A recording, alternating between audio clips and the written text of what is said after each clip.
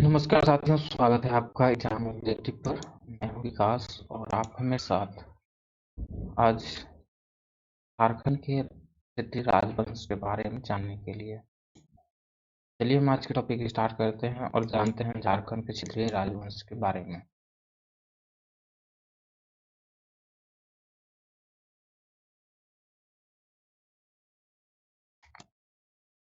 देखिए यहाँ पे है पहला नंबर मुंडा राज हुआ, उसके बाद नागवंश आया, उसके बाद रक्सेल वंश और उसके बाद सिंह वंश। ठीक है, सब वंश के बारे में हम एक एक करके पढ़ेंगे और यहाँ से सबसे पहले यहाँ से हम जानना स्टार्ट करते हैं। अन्य महत्वपूर्ण क्षेत्रीय राजवंश मानवंश मानभूमि में था। रामगढ़ राज्य में खगड़िया और खड़गदिया राज हो गया। ढाल वंश हो गया ढाल भूमि का। पंचित राज्य ये सब भी राज्य हैं। सबसे पहले हम लोग मुंडा राज्य से स्टार्ट करते हैं और इसके बाद हम लोग एक एक करके देखते चलेंगे। देखिए मुंडा राज मुंडा राज्य के बारे में बोला जाता है कि झारखंड की जनजातियों में मुंडा सर्वाधिक प्रभावशाली थे। झारखंड के अंतर्गत सर्वप्रथम राज्य निर्माण का कार्य मुंडा लोग ने ही प्रारंभ किया था। तो कहाँ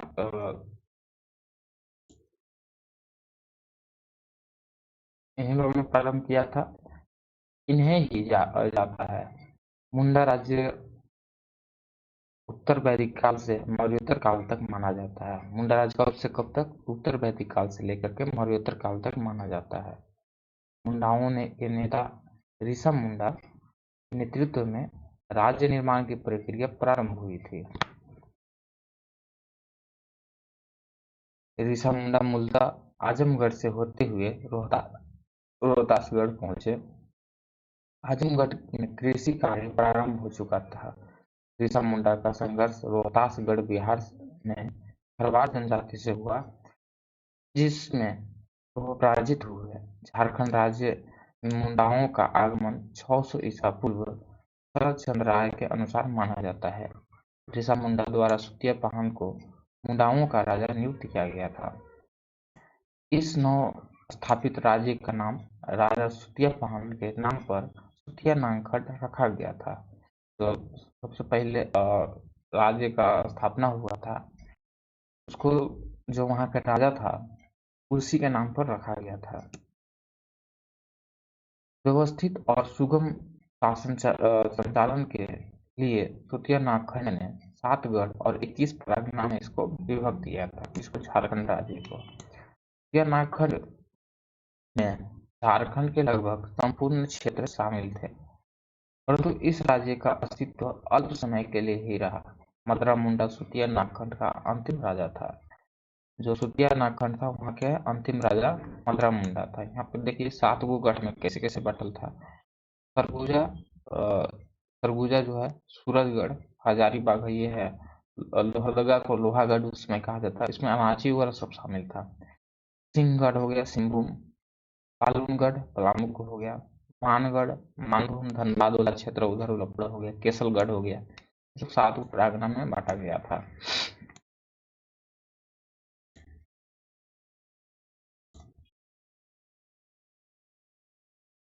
और 21 गो 7 गो गढ़ में और 21 गो परगना में। ठीक है, तो 21 परगना इस तरह से है।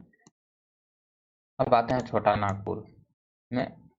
मुंडा राज के बाद नागवंश में आते हैं। तो नागवंश कैसे हुआ उसके बारे में हम लोग यहाँ से पढ़ेंगे।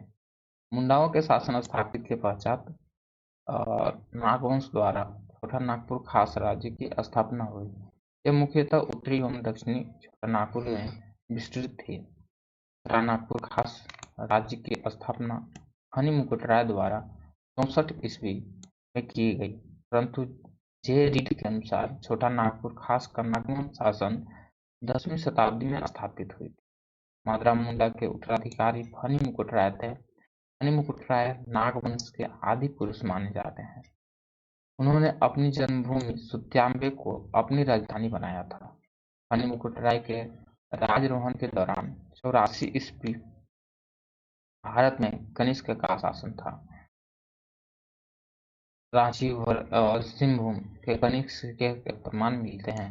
हनी मुकुट राय के पिता पुंडरीक नाग एवं माता पार्वती वाराणसी के ब्राह्मण कन्या थे। हनी मुकुट राय का विवाह पंचेत राज्य गोवंश के राजघराने में संपन्न हुआ था।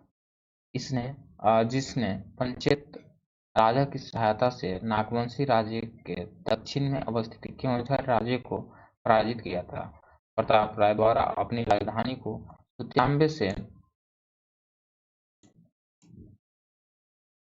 चुटिया स्थानांतरित की गई, जो सुरक्षा के दृष्टिकोण से की गई थी। प्रताप राय के शासनकाल के दौरान पलामू किला का निर्माण किया गया था।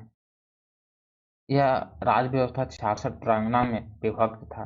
इस शासन काल में मुंडाओं की भू व्यवस्था, कर व्यवस्था तथा शासन व्यवस्था पूर्व की भांति संचालित होती थी।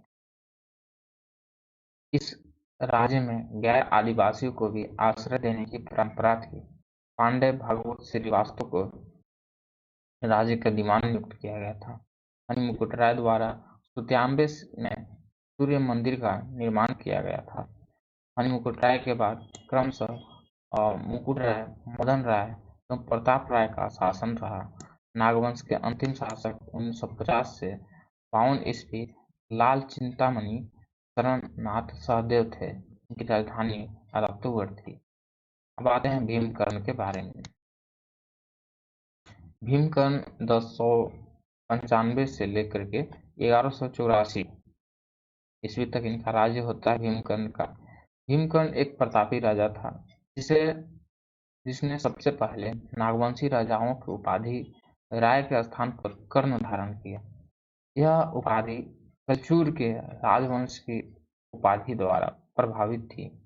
भीमकर्ण और रक्सेरो सरगुजा पलामू के शासक के बीच भीषण लड़ाई हुई थी, जिससे बरवा में लड़ाई कहा जाता है।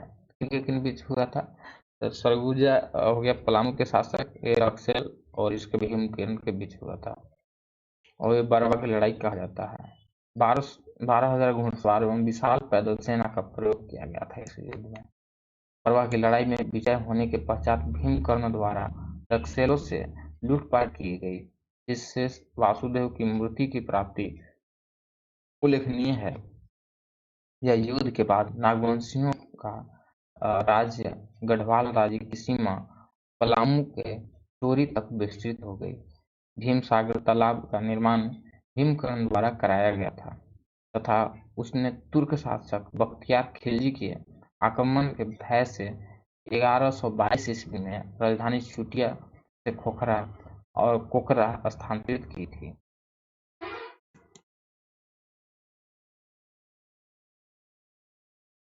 अब हम लोग पढ़ेंगे शिवदासकर्ण के बारे में।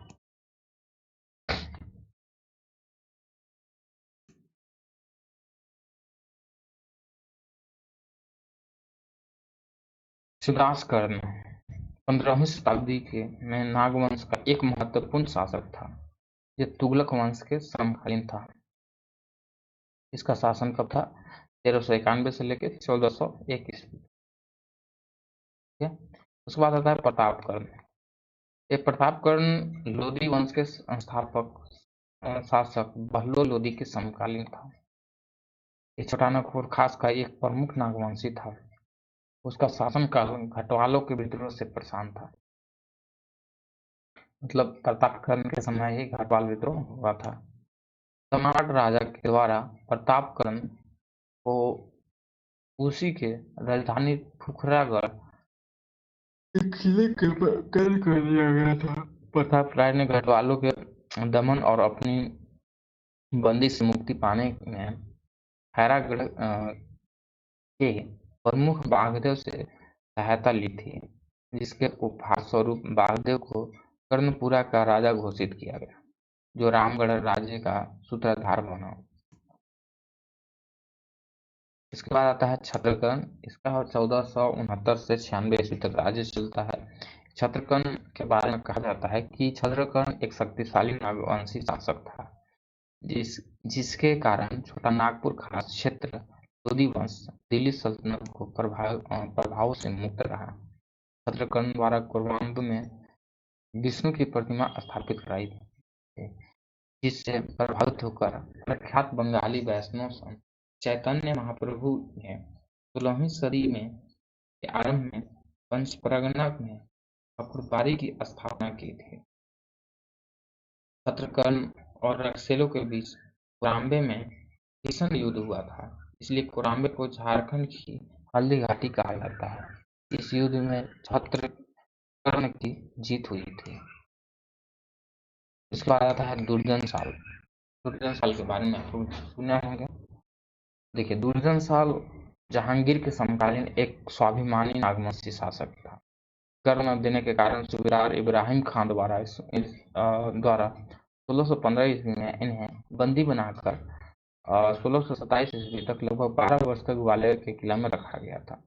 इनको छोड़ा क्यों गया था? तो वर्ष 1627 ईस्वी में मुगल दरबार के हीरे के विवाद को दुर्जन साल के परख के लिए विख्यात द्वारा सुलझाने के उपहार स्वरूप उन्हें बंदी से मुक्त कर दिया गया था और शाह की उपाधि प्रदान की गई थी। उन्हें राजधानी खुखरा से दोसागढ़ स्थानांतरित किए थे तथा अप्रसिद्ध नवरत्नगढ़ महल बनवाया था, जिससे वह स्थान नवरत्नगढ़ के नाम से विख्यात हुआ। रघुनाथ शाह। रघुनाथ शाह शाहजहां के समकालीन नागवंशी शासक थे। उस दौरान नागवंशी मुगल संबंध काफी सौहार्दपूर्ण था। उन्होंने दोईसा चुटिया, राम मंदिर, जगन्नाथपुर बोड़िया, मदन मोहन मंदिर इत्यादि जगह से भव्य मंदिर का निर्माण कराया था। राम शाह 1690 से 1715 ईस्वी।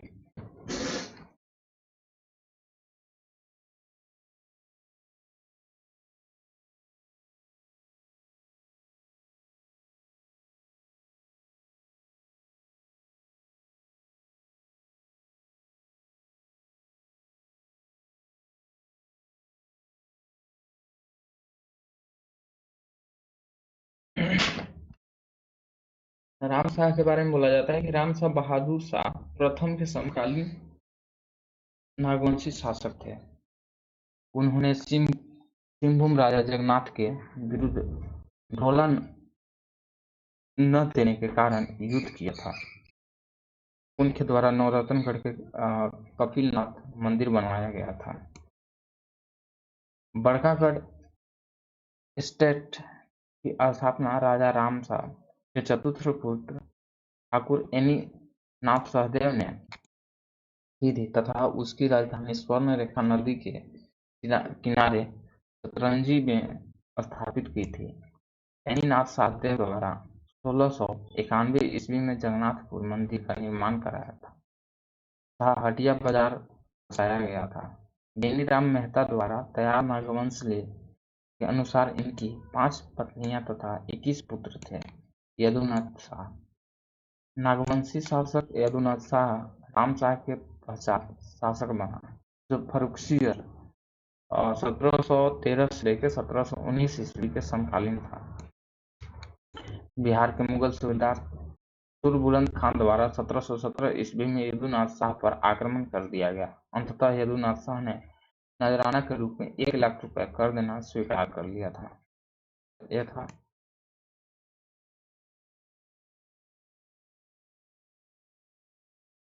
अब उसके बाद आता है शिवनाथ शाह। शिवनाथ शाह इसका 1724 से 1733 ईस्वी तक इसका राज्य रहता है। यदुनाथ शाह के मरणोपरांत शिवनाथ शाह छोटा नागपुर खास का नागवंशी उत्तराधिकारी बना। छोटा नागपुर पर आक्रमण बिहार के सूबेदार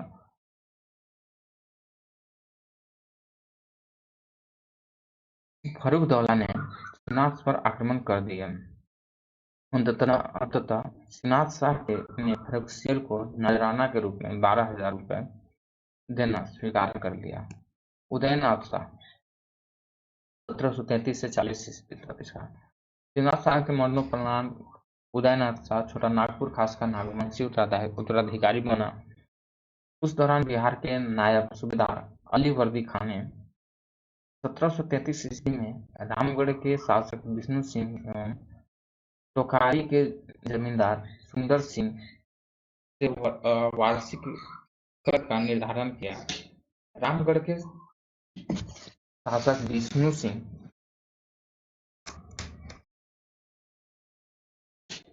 रामगढ़ के शासक विष्णु सिंह से नागवंशी शासक उदयनाथ शाह द्वारा अलीवर्दी खां को निर्धारित कर पहुंचाता था। उसके बाद आता है श्याम सुंदर शाह। श्याम सुंदर शाह 1740 से 1745 ईस्वी तक होता है। उदयनाथ शाह के मरणोपरांत श्याम सुंदर नाथ शाह तथा नागपुर खास का नागवंशी उत्तराधिकारी बना। इस दौरान मराठों द्वारा नागवंश पर प्रथम आक्रमण किया। इस तरह मराठों के आक्रमण सिलसिला 19वीं सदी के प्रथम दशक तक चलता रहा। 1742 ईस्वी में भास्कर राव पंडित मराठा ने बंगाल पर आक्रमण करने के लिए झारखंड छत्तीसगढ़ के रास्ते से हुआ, परंतु बंगाल के शासक अलीवर्दी खां द्वारा खदेड़ दिया गया। तत्पश्चात वर्ष यानी 1743 ईस्वी में मराठा रघुजी भोसले ने बंगाल पर आक्रमण किया, जिसकी सूचना अलीवर्दी खां पेशवा बालाजीराव मराठा से किया। इस शिकायत से प्रभावित होकर पेशवा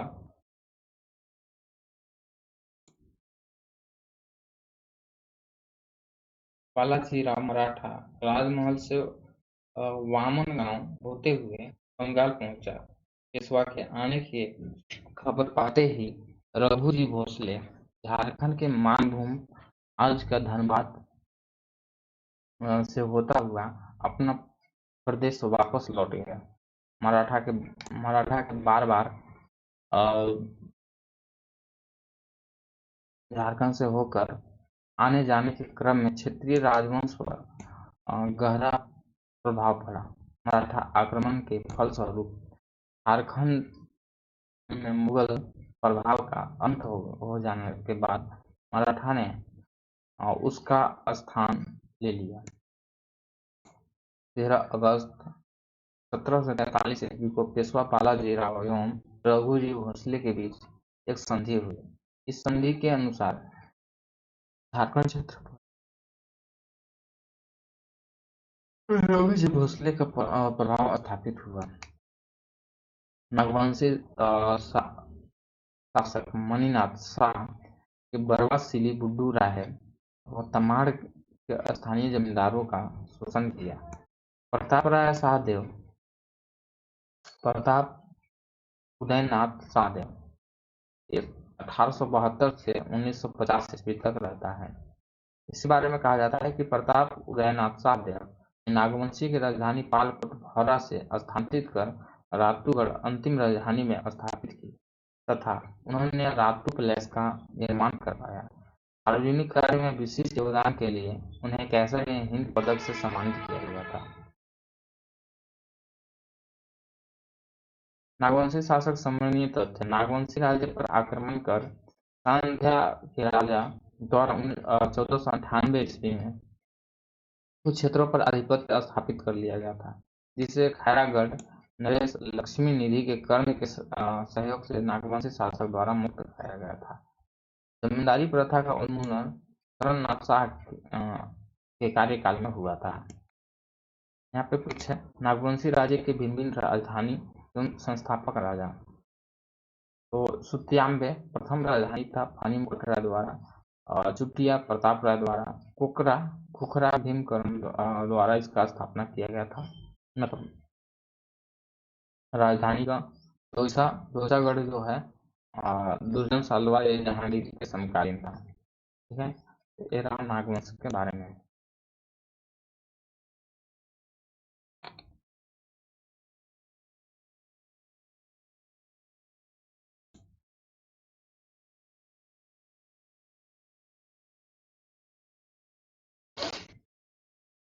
अब हम लोग पढ़ेंगे अच्छा पालकोट के बारे में भी देख लेते हैं। तो पालकोट जो है रघुनाथ शाह द्वारा इसको स्थानांतरित किया गया था और पालकोट भौंसले जगन्नाथ शाह द्वारा रातूगढ़ अंतिम जो हो गया प्रताप राय उदय शाहदेव के द्वारा इसको किया गया था।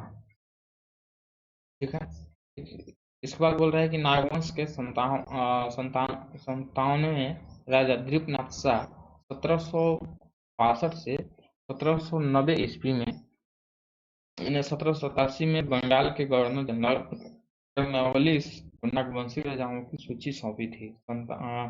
ये जे 1762 ईस्वी में 57 राजा के सूची सौंपी थी। अब इसके बाद आते हैं सिंह वंश के बारे में।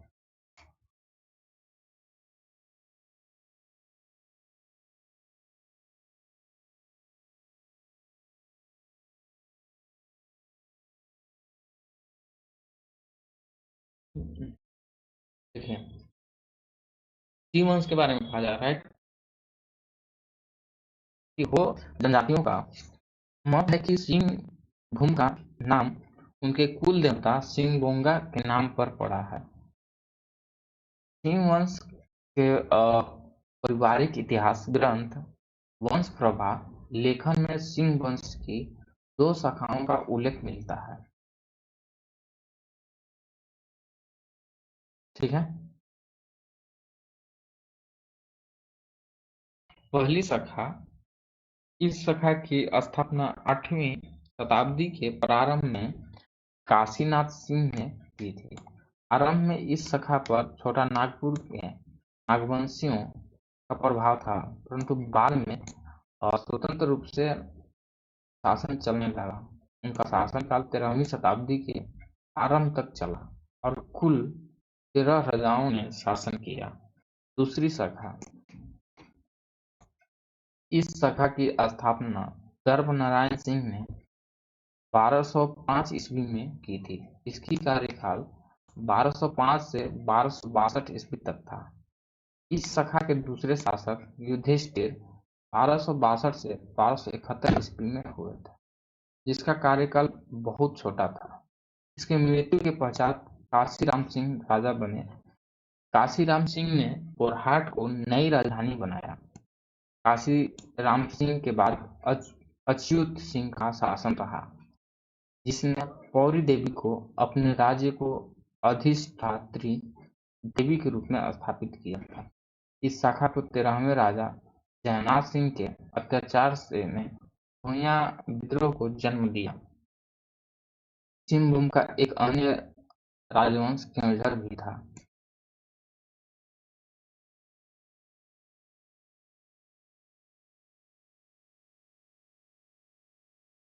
अब सिंहभूम का सिंह वंश एवं भाल भूम, तो यहाँ रक्सल वंश के बारे में हम लोग पढ़ लेते हैं।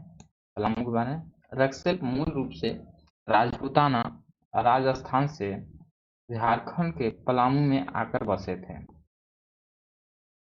और यहाँ उन्होंने अपनी सत्ता स्थापित की थी। इनका साम्राज्य पलामू के साथ साथ सरगुजा तक विस्तृत था। रक्सेलों की 2 शाखाएं देवगन और कुंडेवाल कुंडेलवा थी। देवगन स्थान कुंडेलवा स्थान के कारण इन नामों की प्रचलित हुई। रक्सेलों का पलामू में सबसे लंबी अवधि तक शासन रहा। इसके सत्ता का अंत चेरो ने भगवत राय के नेतृत्व में उन्हें पद से हटाकर किया था।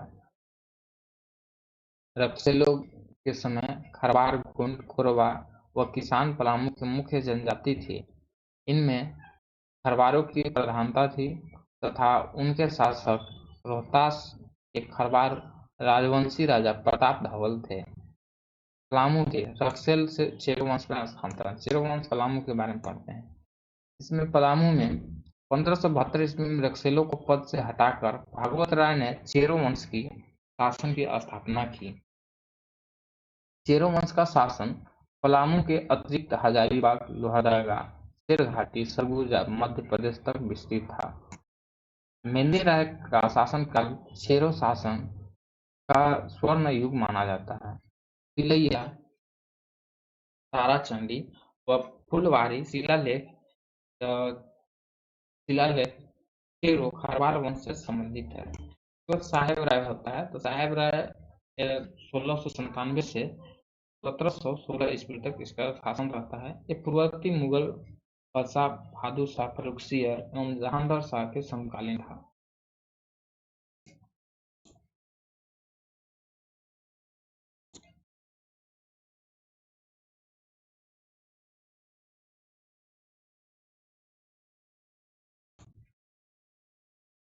उसके बाद रंजीत राय आता है। तो रंजीत राय का इसका शासन जो होता है 1716 से लेकर 1722 तक रहता है। साहेब राय के मरणोपरांत रंजीत राय पलामू का उत्तराधिकारी शासक बना। उनके समय में बिहार का मुगल सूबेदार सरबुलंद खां पलामू आया। 1722 ईस्वी में रंजीत राय ने सरबुलंद खां से टोरी प्रांगण पर कब्जा किया और उसे अपने अधिकार क्षेत्र में रखा। जय कृष्ण राय। रंजीत राय की हत्या जय कृष्ण राय ने कर दी और पलामू पर अधिकार कर लिया। 1730 ईस्वी में बिहार के मुगल सूबेदार फर्रुखदौला ने चेरो राजा जय कृष्ण राय से 5000 रुपये सालाना कर वसूला। अलीवर्दी खां को 1733 ईस्वी में बिहार का मुगल सूबेदार बनाया गया तथा अपने झारखंड अभियान के दौरान पलामू के चेरो वंश राजा जय कृष्ण राय को 5000 रुपये सालाना कर के रूप में निर्धारित किया और पलामू से कर वसूलने का भार टेकारी के राजा सुंदर सिंह को सौंपा। 1740 ईस्वी में बिहार के मुगल सूबेदार जैनुद्दीन खां के सैन्य अधिकारी हिदायत अली खां ने पलामू का सालाना कर के रूप में 5000 रुपये ही निर्धारित किया। हिदायत अली खां का आक्रमण बिहार के मुगल अधिकारी द्वारा चेरो राजा के मामले में अंतिम हस्तक्षेप था। 1750 से 1765 ईस्वी के दौरान पलामू में राजनीतिक सत्ता का ध्रुवीकरण हुआ। इस प्रकार चेरोवंशी शासक जय कृष्ण राय का दरबार षड्यंत्र का अखाड़ा बन गया था।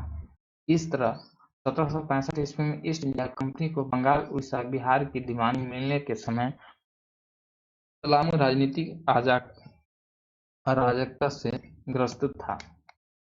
इसके बाद आता है मान वंश का मानभूम।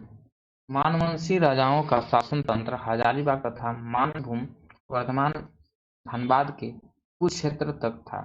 दो शिलालेख में मानभूम के मानवंश की जानकारी मिलती है। एक हजारीबाग के दूधपानी नामक स्थान से प्राप्त 8वीं सदी के अभिलेख से तथा दूसरा धनबाद के निकट गोविंदपुर से प्राप्त कवि गंगाधर द्वारा रचित 14वीं सदी के अभिलेख से।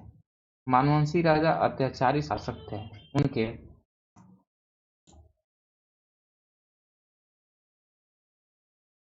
अत्याचार के कारण 10वीं सदी के भूमि स्वराज आंदोलन उभरा तथा सबर जनजाति के लोग मानभूम को छोड़कर पंचेत क्षेत्र में बसने लगे।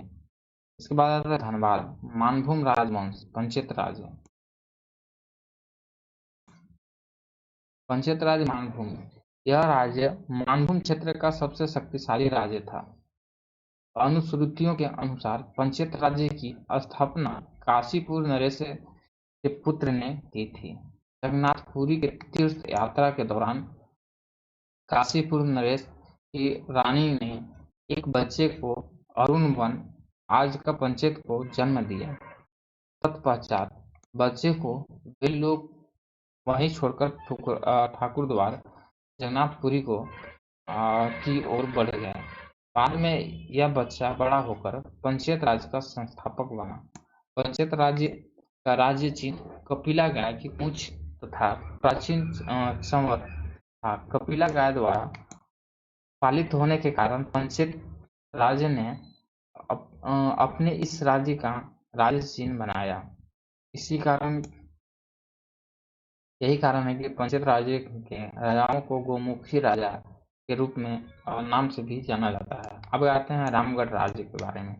रामगढ़ राज्य के बारे में कहा जाता है कि रामगढ़ राज्य की स्थापना बाघदेव सिंह के द्वारा किया गया था। कब किया गया था? तो 1368 ईस्वी। बाघदेव सिंह अपने बड़े भाई सिंहदेव के साथ और नागवंशी राजाओं की सेवा में आए थे।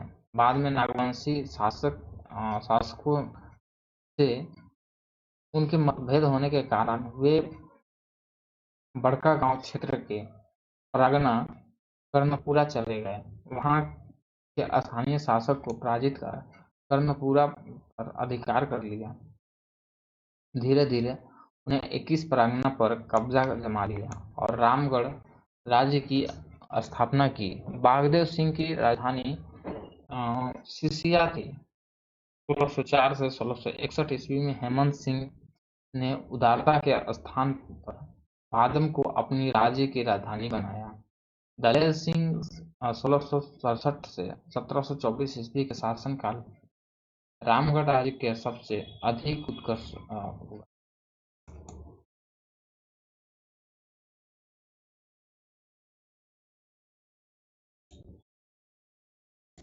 उन्होंने 1670 ईस्वी के बाद बादम के स्थान पर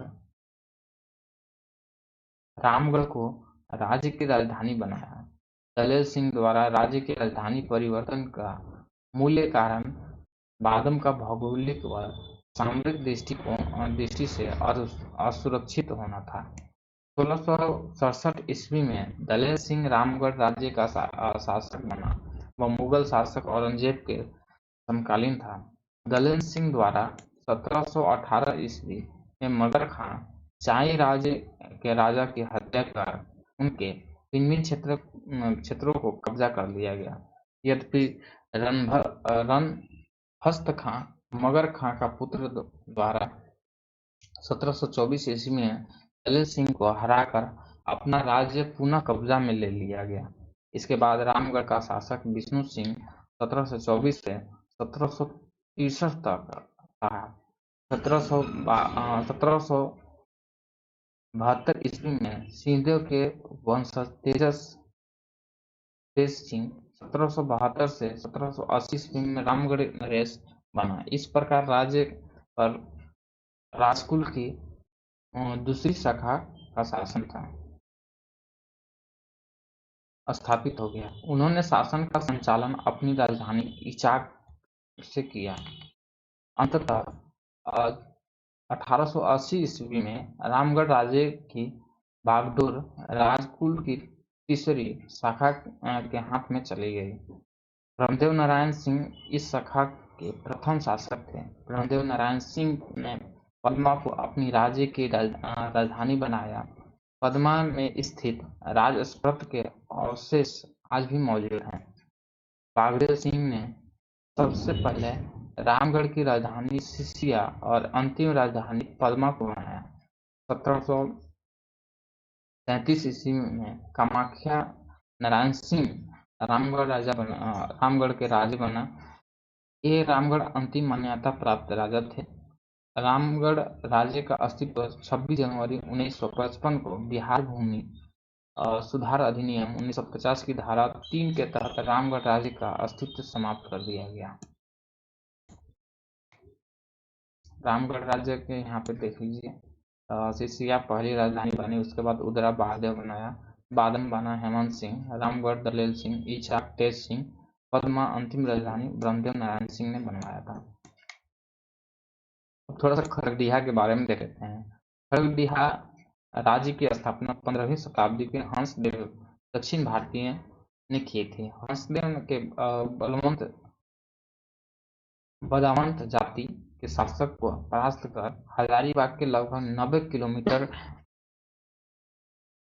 किलोमीटर फैले क्षेत्र पर कब्जा कर लिया और खरगडीहा राज्य स्थापित किया। कौन? हंसदेव ने। मूलतः दक्षिण भारतीय हंसराजदेव ने उत्तर बिहार के ब्राह्मण जमींदार परिवार से वैवाहिक संबंध स्थापित किया। इसके बाद ढालभूम राज्य। वर्तमान पूर्वी सिंहभूम के ढालभूम क्षेत्र पर ढाल राजाओं का शासन था। ढालवंशी राजा नरबलि प्रथा के पोषक थे। यह क्षेत्र झारखंड में अंग्रेजों के सर्वप्रथम प्रवेश और उनके विरुद्ध प्रथम विद्रोह ढाल विद्रोह के लिए प्रचलित है। झारखंड के क्षेत्रीय राजवंश है, यहाँ पे देख सकते हैं। छोटा नागपुर हो गया, छोटा नागपुर में मुंडा राजवंश के बाद उसके बाद नागवंश आया। सिंहभूम में ढालभूम आया, ढालभूम राजवंश, उसके बाद सिंहवंश। पलामू में रक्सेल, इसके बाद शेरो। उस तरह से धनबाद में भी मानभूम, उसके बाद पंचेत। रामगढ़ में सिंह, उसके बाद सिंह वंश। ठीक है। यानी में है कुंडा है, खरगडिया है। ठीक है। तो और यहाँ पे उस समय के झारखंड इस तरह से था, झारखंड के क्षेत्रीय राजवंश। और कैसे कैसे था यहाँ पे देख सकते हैं। ठीक है, तो उस समय के झारखंड है, अब के झारखंड नहीं है।